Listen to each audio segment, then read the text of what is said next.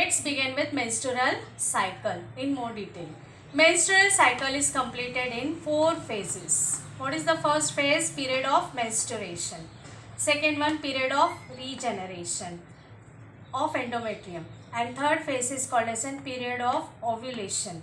And fourth one is called as a period of secretion of gland in endometrium. Here you can see the diagrammatic representation. At the base, we have taken this 28 days. These 28 days are divided into different phases. 1 to 5 or 1 to 5 will be called as a period of menstruation. And 6 to 14 will be called as a period of regeneration of endometrium. And 14th day will be called as an ovulation period, 14 to 16. And from 17 onwards to 28 will be called as a period of secretion of glands in endometrium. Now, in order to study the menstrual cycle, we will study that a pituitary gland is there just at the base of our brain. This pituitary gland secretes 2 types of hormone. Now what are the 2 types of hormones? Hormones are the chemical messengers. म्हणजे ह्या pituitary ग्रंथीतून 2 प्रकारचे hormones तयार होत आहेत. पहिल्याचं नाव आहे follicle stimulating hormone आणि दुसऱ्याचं नाव आहे ल्युटेनायझिंग हार्मोन.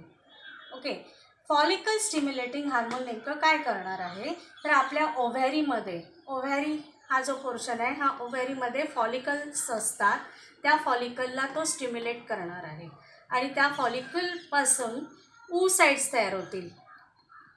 ह्या oocytesपासून हळूहळू ग्राफियन फॉलिकल तयार होणार आहे. Okay, now Graafian follicle will be converted into ovum. म्हणजे हा जो पिरियड आहे त्याला ओव्युलेशन म्हणतात. यामध्ये ओवम जो आहे तो त्या ओव्हॅरीमधून बाहेर पडतो. सो हा जो प्रकार आहे त्याला म्हणतात ओव्युलेशन आणि हा कधी घडून येईल? 14व्या दिवशी 14 डेमध्ये ओव्युलेशन घडणार आहे. Later on the upper part will form corpus luteum and corpus luteum will form corpus albicum. Okay, हे परत एकदा आपण रिपीट करूया. पिट्युटरी ग्रंथीतून किती प्रकारचे हार्मोन तयार झाले आहेत? Follicle stimulating hormone and luteinizing hormone. Follicle stimulating हार्मोनमुळे काय होणार आहे? ओव्हॅरीमधले फॉलिकल जे आहेत ते स्टिम्युलेट होतील आणि त्यापासून oocyte तयार होईल. oocyteपासून ग्राफियन फॉलिकल तयार होईल आणि ग्राफियन फॉलिकलपासून ओव्युलेशन होईल, म्हणजेच ओव्हम बाहेर पडेल ओव्हॅरीमधून आणि हा जो वरचा भाग आहे त्याच्यापासून कॉर्पस ल्युटियम तयार होईल and from corpus luteum corpus albicans तयार होणार आहे. आता आपण ह्याचे टप्पे बघूया. पिरियड ऑफ मेन्स्ट्रुएशन मी आधीच सांगितलं आहे 1 to 5 days will be called as an period of menstruation. या पिरियडमध्ये काय होईल? ज्यावेळेला समजा स्पर्म्स इथे नाही पोचले तर ह्या ठिकाणी असलेलं जे ओवम आहे ते फुटतं आणि ते एंडोमेट्रियमच्या दिशेला येतं. Endometrium will also break. Endometrium completely breaks and blood comes out from this endometrium. So the ovum mixes with the endometrium blood and comes out from the vagina.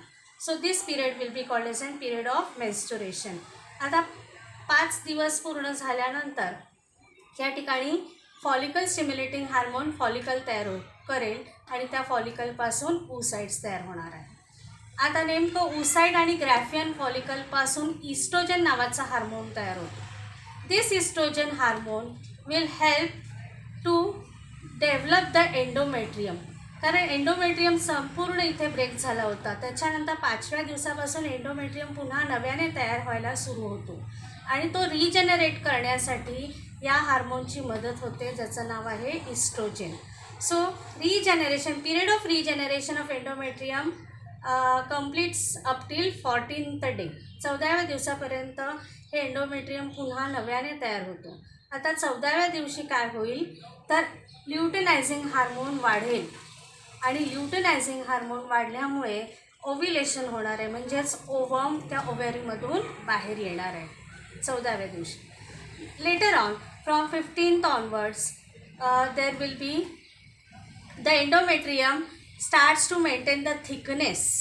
म्हणजे हळूहळू एंडोमेट्रियमचा जो भाग आहे तो जाड व्हायला लागतो, म्हणजेच त्याच्यामध्ये ब्लड आणि म्युकस तयार व्हायला लागतो. तर ह्या टप्प्याला आपण म्हणायचं आहे period of secretion of glands in endometrium. So it also continues up till 28 days. 28 days complete झाल्यानंतर समजा फर्टिलायझेशन नाही झालं, म्हणजे स्पर्म आणि ओवम युनाईट नाही झाले, तर ते ओवम फुटतं आणि पुन्हा ती सायकल रिपीट होते. म्हणजे पुन्हा आपण पाहू शकतो की period of menstruation starts from 1 to 5. So this cycle is repeated again and again and it will be called as an menstrual cycle. Okay students, so we have understood with these 4 phases. What are the 4 phases? Period of menstruation, period of regeneration of endometrium, period of ovulation, and period of secretion of gland in endometrium. So in this way menstrual cycle occurs in females. Thank you very much.